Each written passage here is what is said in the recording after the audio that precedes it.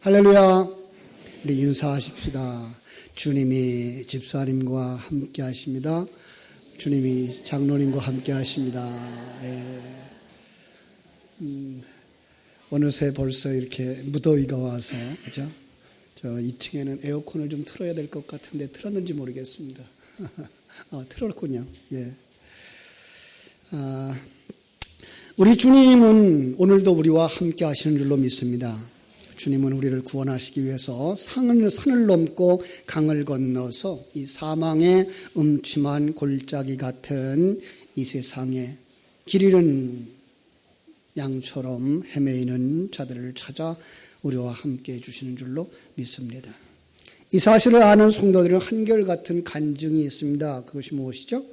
여호와는 나의 목자시니 내게 부족함이 없습니다. 왜냐하면 그분이 나를 푸른 풀밭으로 맑은 물가로 인도하시기 때문입니다. 매일매일의 삶 속에서 하나님이 공급하시는 꿀을 받아 먹으며 하나님이 허락하신 샘물을 받아 마시며 살아온 줄로 믿습니다. 그러나 그럼에도 불구하고 아직 이 풍성함을 누리지 못하는 분들이 계시다면 오늘 이 말씀은 바로 그분에게 드리고 싶습니다. 그래서 오늘 말씀처럼 회복되어지기를 주님의 이름으로 축원합니다. 요한복음에는 7가지 표적이 기록되어져 있습니다. 이 7개의 표적이 구원의 진리를 담아서 우리에게 계시해 주시면서 첫째는 예수가 우리의 메시아, 우리의 구세주 되신다라고 하는 사실을 밝혀주시고 또 하나 다른 각도에서 바로 여러분과 나의 구원의 모습은 바로 이런 모습이다라고 보여주시고 있기 때문에 그렇습니다. 첫 번째 표적은 우리 요한복음 2장에서 나오는데요. 물이 변해서 포도주됨으로 말미암아 잔치가 다시 회복되어지는 역사였습니다. 그 사건을 통해서 천국잔치는 예수님의 보혈로만 가능하다라는 것을 전해주었습니다. 우리가 너무나 잘 아는 진리지요. 예수 그리스도 외에는 구원받을 만한 다른 이름을 우리에게 주신 적이 있다 없다? 없습니다. 예, 어리석은 사람들처럼 산꼭대기에 올라가는 길이 어찌 하나뿐이겠느냐. 그렇듯이 영생복락을 누리는 길도 예수뿐이 아니다라고 생각하는 사람들이 있다면 그것은 비진리입니다. 우리는 확실히 믿습니다. 예수만이 길이요, 예수만이 진리요, 예수만이 생명인 것입니다. 요한복음을 기록한 저자 요한은 유대인이었기 때문에 유대인들이 들고 나올 만한 문제들을 생각하면서 그 사건 후에 2가지 사건을 넣어주었는데 하나가 니고데모를 데리고 나오는 것이었습니다. 니고데모를 데리고 나오면서 이런 사람도 예수의 보혈이 필요합니까? 라고 등장시키는 겁니다.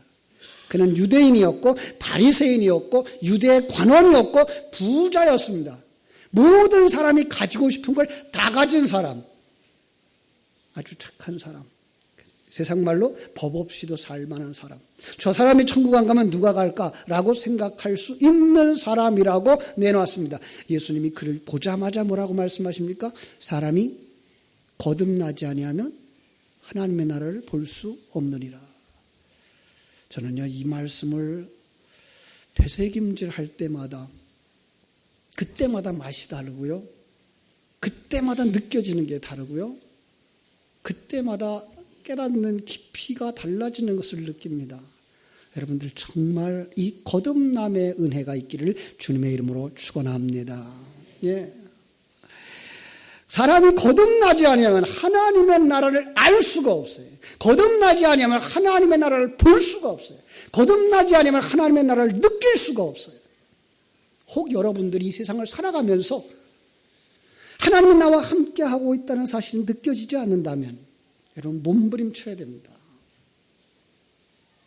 하나님이 계획하시고 하나님이 성취하는 그 모든 일들이 보이지 않는다면 여러분들은 정말 땅을 치고 애통하고 주님 앞에 부르짖어야 됩니다. 왜냐하면 우리가 그 구원에서 제외된 사람일 수도 있기 때문입니다. 아니, 아직까지 그 구원의 감격에 이르지 못한 사람일 수도 있기 때문입니다. 거듭나야 됩니다. 관점이 바뀌어져야 됩니다. 이 보이는 모든 것들은 하나님이 진리를 담아서 우리에게 주신 계시의 도구라는 사실을 알게 되어질 때에 우리는 세상의 것에 연연해 살지 아니하고 하나님이 펼쳐주는 세계를 바라다 보면서 내게 허락하신 이 환경, 내게 허락하신 이 은사, 내게 허락하신 이 기회를 선용할 줄 아는 사람들이 될 수 있는 줄로 믿습니다. 거듭나야 됩니다. 예수님이 그렇게 말씀하시자 요한복음 4장에서 또 한 사람을 데리고 나옵니다. 이런 여자도 예수님의 보혈이면 구원받습니까? 라고 데리고 나온 여자. 세상 사람들이 다 드세다고 할 만큼 남편이 5이나 있고 지금도 다른 남자와 살고 있다는 여자. 그런데 예수님이 그에게 생수를 줌으로 말미암아서 그는 정말로 샘솟듯 하는 생수를 가지고 그것을 증거하지 아니할 수 없어서 동네로 뛰어들어가서 나는 메시아를 만났다라고 와 보라라고 초청할 수 있는 사람으로 바꿔집니다. 주님의 그 확실한 대답, 이 분명한 메시지를 통해서 수많은 그 거칠었던 사람들이 예수 앞에 나오죠. 과거에 자기만을 위해서 남을 밟고 해하고 살았던 그런 사람들이 나왔어요. 과거에는 그래서 그런 분들이 목사님이 되신 분들이 꽤 많이 있었어요.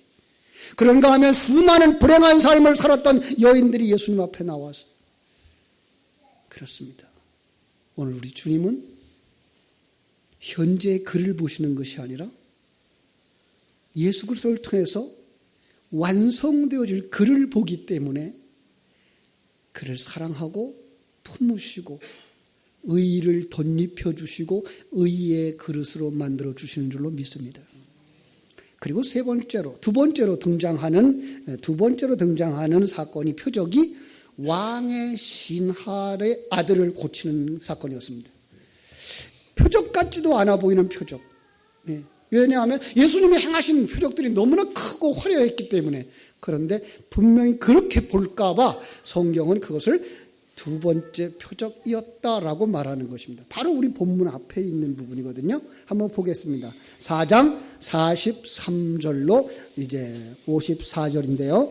결론부터 말하면 54절. 이것은 예수께서 유대에서 갈릴리로 오신 후에 행하신 두 번째 표적이니라. 표적은 뭐예요? 진리를 담아서 메시아가 하시는 일, 구원받는 자의 우리들의 모습을 이렇게 설명해 주기 위하여 상징으로 우리에게 주시는 사건이다라는 겁니다. 어떤 일이었죠? 6절 봅니다. 46절.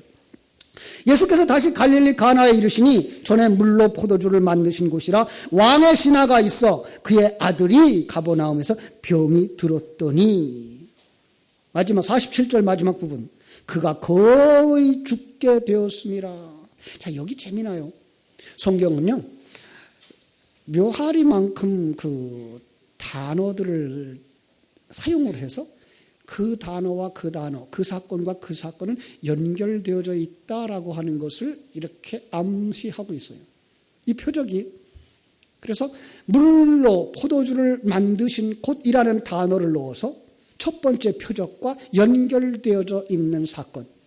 다시 말하면 그 사람이 구원받고 천국 백성 되어지고 천국의 잔치자리에 참여할 수 있게 되는 그 일은 바로 이와 같은 거다라고 지금 43절에서부터 54절까지 이야기하고 있는 거예요. 그게 뭐라고요? 그게 바로 말씀의 사역이다라는 거예요. 그래서 다른 얘기가 없어요. 주님 앞에 나와서 살려주세요. 우리 아들 살려주세요. 그랬더니 주님이 뭐라 그래요? 49절. 50절. 예수께서 이르시되 가라 네 아들이 살았다 하시니 그 사람이 예수께서 하신 말씀을 믿고 가더니 살아났어요. 예. 얼마나 참 우리로 말하면 드라마틱하지 않아요. 그죠? 아들은 지금 죽게 돼서 다 죽게 됐는데 그냥 아버지 마음 지금 굉장히 조급한데 그럼 달려가셔서 아들에게 어떻게 기도라도 해주고 안수라도 해주고 했으면 좋겠는데 예수님이 뭐라 그래요? 나왔다 가거라. 말씀하셨는데 돌아가서 보니까 놀라운 건 그 시에 열이 내리고 그 아이가 살아났다는 사실입니다. 그렇습니다. 결국은 예수 그리스도의 이 땅에서의 사역은 말씀이라는 거예요. 오늘 이 땅에서 우리와 함께 하시는 그 모습도 말씀인 것이고요. 하나님이 나라를 움직여 가시고 우리가 살아가는 환경을 움직여 가시고 여러분과 내가 살아가는 이 환경들을 다스리는 그 놀라운 일은 말씀으로 하시더라는 거예요. 이렇게 시작되는 또 이제 세 번째 사회 표적이 오늘 우리가 본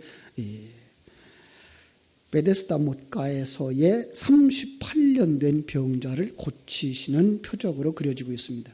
자, 5장 1절 보죠. 그 후에 유대인의 명절이 되어 예수께서 예루살렘에 올라가시니라. 어떤 명절인지 잘 몰라요. 그런데 유대인의 명절 그리면 우리가 아는 게 있어요. 6월절 있고요. 77절, 그 맥추절 있고요. 그리고 초막절이 있어요.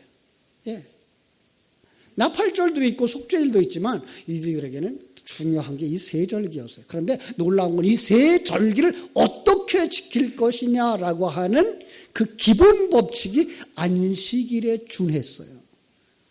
다시 말하면 이 표적들은 이 절기들은 다 모아놓으면 우리가 천국에 들어가는 하나님의 백성 되는 사건이다라는 걸 가르쳐 주시기 위해서 이 안식일에 대한 사건을 중요시하고 있었던 거예요.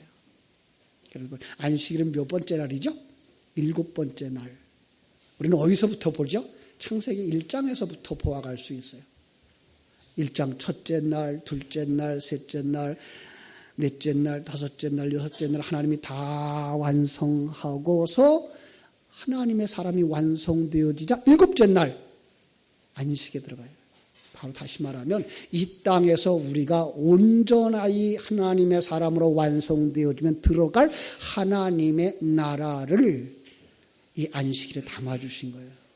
결국은 안식일에. 그래서 예수님이 무모한 행동처럼 보이는 일들을 참 많이 하셔요. 유대인들은 안식일날 아무 일도 하지 않아요. 그죠? 그런데 불구하고 예수님은 안식일날 병자를 고쳐요. 안식일날 밀을 비벼잡어요. 그죠? 왜 그랬을까요? 천국에는 병든 자가 있으면 안 된다라는 거예요. 천국에는 병든 자가 없다라는 거예요. 내가 병든 자 다 치료해서 천국에는 건강한 자만 들어오게 할 거다라는 말씀이에요.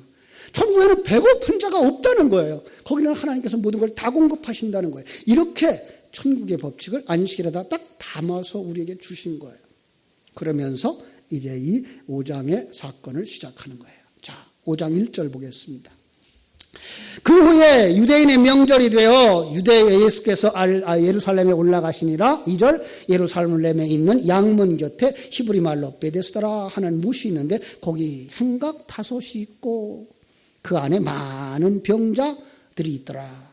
자, 여기에 양문, 베데스다, 그 행각 5 그리고 병자 이렇게 단어를 한 번쯤 점검해보고 넘어가죠. 양문 어딜까요? 예루살렘 성으로 들어가려면 만나야 되는 양의 문이에요. 이 양의 문. 우리가 새벽마다 느헤미야서에서 살펴본 것처럼 성벽을 재건할 때 처음으로 세운 문이 양의 문이고요. 그리고 완성될 때에 바로 거기까지 완성되어진 거예요. 결국은 그리고 그 문을 달 때에 예루살렘 성벽이 다 완성되어진 거예요. 양의 문. 어떤 문일까요? 제물로 양을 가지고 들어가는 문이에요. 그러니까 제물 되신 예수 그리스도가 문 되신 예수 그리스도가 은혜를 베푸는 자리가 양의 문인 거예요. 재밌어요. 그런데 그 옆에 또 어떤 것이 있는가 하면 베데스다라고 하는 못이 있어요. 베데스다라는 말도요. 베이트라고 하는 말이 집이에요. 그래서 베델 그러면 어디예요? 하나님의 집. 베들레헴 그러면 떡집. 그 다음에 여기 베데스다 그러면 뭐예요? 헤세드의 집, 은혜의 집, 자비의 집인 거예요. 자, 은혜를 받은 자들이 들어가서 은혜의 집에 못에 머물렀는데 그들이 머물고 있는 장소가 5개의 행각으로 지어져 있어요. 은혜를 깨달아 알고 누려야 되는 그들이 이 5개의 묶여 있는 거예요. 5개. 성경에 5이라는 숫자는 무슨 숫자죠? 모세 오경을 상징하는 율법의 숫자예요. 은혜 받은 그들이 율법에 묶여 있는 거예요. 그 율법에 묶여서 살아가는 그 인생들의 모습이 병자인 거예요. 그가 소경이고, 그가 다리 저는 자고, 그가 혈기 마른 자로 묘사되고 있는 거예요. 참 안타깝습니다. 은혜 받은 자들의 모임 어딜까요? 오늘날 우리의 현실로 말하면 교회입니다. 자, 그 교회 안에 있는 성도들의 모습이 은혜를 가지고 누리며 자유해야 되는데, 건강해야 되는데 그들이 병들어 있는 거예요. 이 교회라고 하는 장소를 성경은 여러 가지로 상징을 그려요. 제가 그렇게 설명해요. 성부 하나님과 우리와의 관계를 말할 때 우리는 하나님의 아들이라고 말하고요. 신랑 되신 예수 그리스도와 대조해서 우리를 비교해서 말할 때 우리는 신부 되신 그 신부라고 말하고요.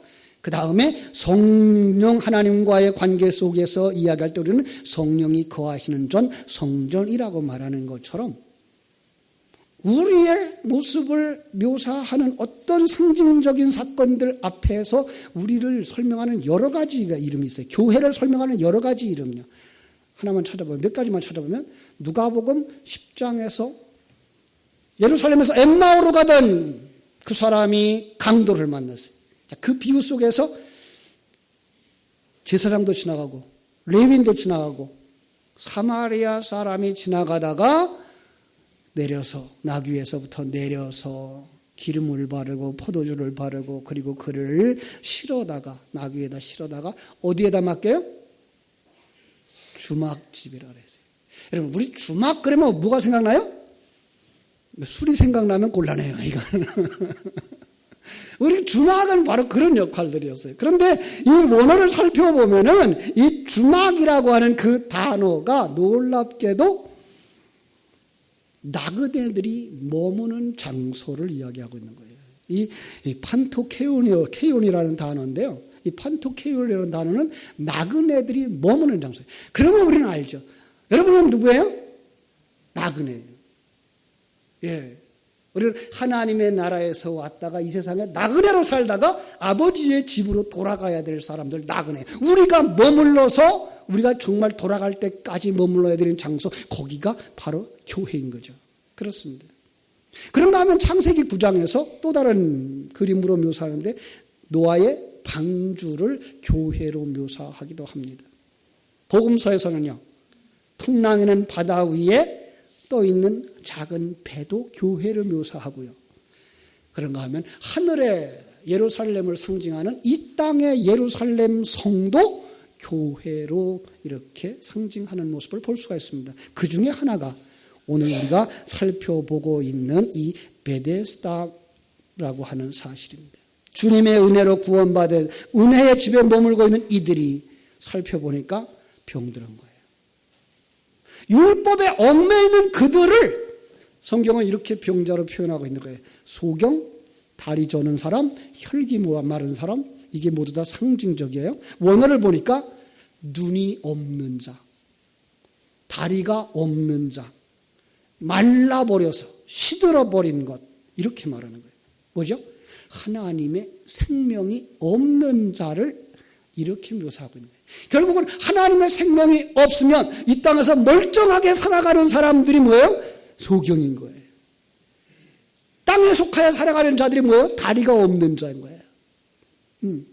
그들이 마른 뼈 같고, 그죠? 불살라져 버릴 그러한 풀과 같은 인생들인 것을 우리가 볼 수 있는 거예요. 그 대표적인 사람을 한 사람 등장시키는데 그게 누구예요? 38년 된 중풍병자라고 이렇게 되어 있는 거예요. 38년 됐어요. 여러분 38년 그러면 또 뭐가 생각나죠? 38살 먹은 사람? 광야길을 38년. 자, 신명기 2장 14절에 보면 가데스 바네에서 떠나 세렛 시내를 건너기까지 38년 동안이라 이때에는 그 시대의 모든 군인들이 여호와께서 그들에게 맹세하신 대로 진영 중에서 다 멸망하였다 이렇게 나와요. 옛사람이 광야 40년 동안에 우리의 신앙생활하는 그 과정 속에서 다 벗어지고 죽어가는 거예요. 그게 누구의 모습이에요? 내 모습이에요. 주님이 거기에 찾아오신 줄로 믿습니다. 그래서 우리 이렇게 노래하죠. 주님 찾아오셨네 모시어 드리세 가시관을 쓰셨네 모시어 드리세 우리 죄를 속하려 십자가를 지셨네 받은 고난 크셔라 모시어 드리세. 찾아오신 주님을 모셔드리는 여러분 되시기를 주님의 이름으로 축원합니다. 그 주님이 말씀하십니다. 네가 낫고자 하느냐? 델레이스 휘기에스 기네스다이. 네가 회복되어지기를 원하느냐라고 물으시는 겁니다. 여러분, 이렇게 물으시는 주님 앞에 우리 어떻게 대답할까요? 아멘이라고 대답해야 될 줄로 믿습니다. 주님은 보셨습니다. 주님은 아셨습니다. 그리고 물으시는 겁니다. 이 나라와 이 민족을 보셨습니다. 우리 교회를 보셨습니다. 여러분 한 사람 한 사람을 아셨습니다. 그리고 물으십니다. 회복되어지기를 원하느냐? 그렇습니다. 정말로 우리의 신앙이, 우리의 교회가 이 나라와 이 민족이 회복되어지기를 원할 때에 주님의 이 말씀을 듣는 여러분 되시고 그 앞에 아멘이라고 대답하는 여러분 되시기를 주님의 이름으로 축원합니다. 여러분, 그러려면 먼저 여러분의 눈이 열려야 됩니다. 여러분의 눈이 열리기를 주님의 이름으로 축원합니다. 그렇게 많은 병자들 가운데 이 사람에게만 주님이 찾아오신 겁니다. 이 사람만 주님을 만난 것입니다. 이 사람에게 나타난 첫 번째 기적, 그것은 시력의 회복이었습니다. 여러분, 그것은 또 다른 말로 말하면 거듭남이었습니다. 주님은 말씀하셨습니다. 사람이 거듭나지 아니하면 하나님 나라를 볼 수 없느니라. 여러분은 주님이 찾아오신 것을 믿습니까? 주님이 여러분을 찾아오신 걸 믿습니까? 우리 교회에 찾아오신 것을 믿습니까? 우리의 삶 속에 주님이 찾아오신 것입니다. 임마누엘 하신 것입니다. 그런데 불구하고 눈이 잠겨 있으면 보이지 않는 것입니다. 다메섹 도상의 바울 사도가 하늘로부터 비춰오는 그 빛을 바라보고 나서야 그는 땅에 엎드렸습니다. 눈이 멀었습니다. 그걸 통해서 우리에게 뭘 보여주신다고요? 하나님의 생명이 그 속에 들어오자 그가 발견한 것이 나는 죽은 자였구나. 난 소경이었었구나. 그걸 안다는 것은 이미 그가 뭐 한 거예요? 눈이 열려진 사람인 줄로 믿습니다. 눈이 열려져야 하나님의 나라를 볼 수 있습니다. 눈이 열려져야 하나님이 나와 함께 하심을 믿으며 하나님이 나를 만들어가고 있는 것을 믿는 줄로 믿습니다. 바울은 고린도전서 15장에서 그래서 그렇게 말합니다. 부활하신 주님이 여러 사람들에게 보이셨다고. 마지막에는 만삭되어 나지 못한 자 같은 나에게도 보이셨다고. 여러분 모두에게 우리 주님이 보여지기를 주님의 이름으로 축원합니다. 두 번째로 여러분 귀가 열리기를 주님의 이름으로 축원합니다. 로마서 10장 17절 말씀입니다. 그러므로 믿음은 어디에서 나고? 들음에서 나고. 들음은 그리스도의 말씀으로 말미암느니라. 하나님의 음성이 들립니다. 두려워하지 마라. 내가 너와 함께함이니라. 놀라지 마라. 나는 네 하나님이 됨이니라. 주님이 매일과 같이 우리에게 말씀하십니다. 내가 너와 함께하고 있잖아. 내가 네 곁에 있잖아. 내가 너를 오른손으로 붙잡아 일으키고 있잖아. 왜 못 일어나니? 그 소리가 안 들리는 거예요. 그 소리가 안 들리는 거예요. 진리의 말씀이, 생명의 말씀이 안 들리는 거예요. 하나님의 음성이 들리게 되기를 주님의 이름으로 축원합니다. 이렇게 귀가 열리고 눈이 열린 사람은 입이 열리게 되는 줄로 믿습니다. 찬송의 입이 열렸습니다. 시편 149편에 보니까 할렐루야 새 노래로 여호와께 노래하며 성도의 모임 가운데 찬양할지어다.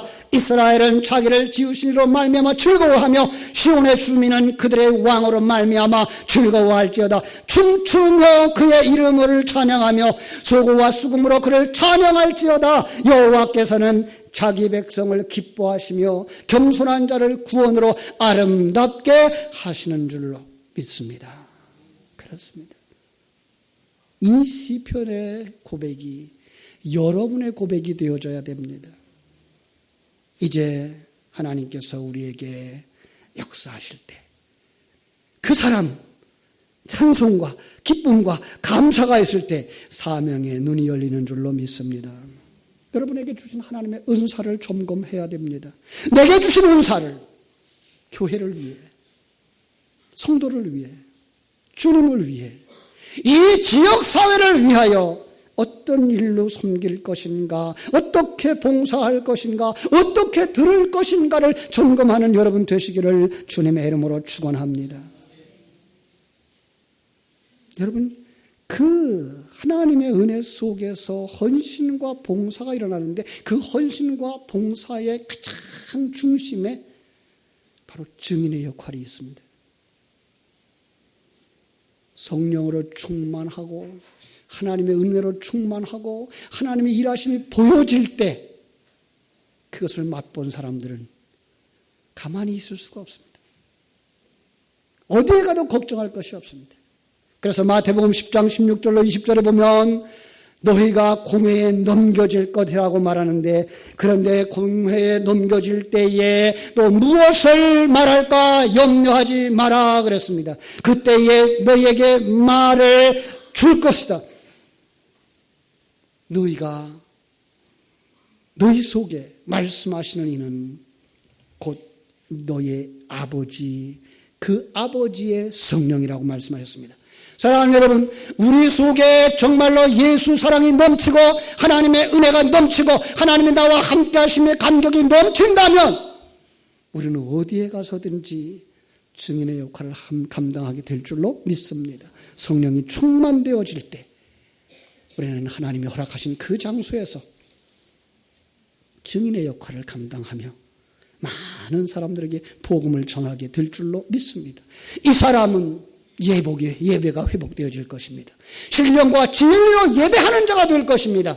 그저 형식이 아니라 정말 예배의 시작부터 마지막까지 하나님의 은혜에 감격하여서 예배하며 더 나아가서 삶의 현장에서 산 제사를 드리는 삶, 다른 사람 누가 보아도 예수의 사람답게 살아가는 삶이 일어날 줄로 믿습니다. 이 예배가 회복되어진다는 말은 찬송이 찬송되어지며 기도가 기도되어지며 봉사와 헌신이 하나님의 은혜 가운데서 기쁨으로 되어지는 줄로 믿습니다. 우리 교회 모든 성도들에게 이 예배가 회복되어지기를 주님의 이름으로 축원합니다. 찬송이 회복되어지기를 주님의 이름으로 축원합니다. 기도가 회복되어지기를 바랍니다. 봉사와 헌신과 전도가 회복되어지기를 주님의 이름으로 축원합니다. 우리 한번 이렇게 하나님 주여 나를 회복시켜 주시옵소서. 오늘 주신 말씀을 붙잡고 우리 다 같이 한 1분 동안만 통성으로 기도하겠습니다. 고마우신 아버지 하나님, 그 신뢰와